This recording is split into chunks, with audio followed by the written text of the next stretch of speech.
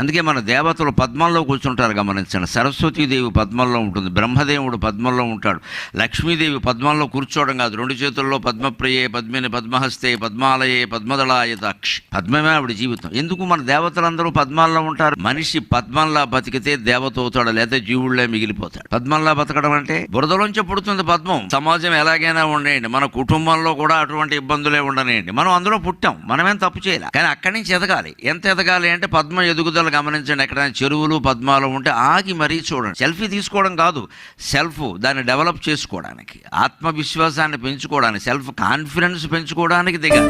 Selfie తీసుకోవడం, పద్మంతో photo దిగాను అందులో పెట్టడం, వావ్ ఒకడన్నా బ్రేవ్ ఒకడన్నా ఏంటి అదవసం, వాడెవడో పొట్ట వేలు పేకెత్తి, వీడెవడో చిటికిన వేలు పేకెత్తి, వేళమే ఆధారపడి మన జీవితాన్ని నిలబడతాయి.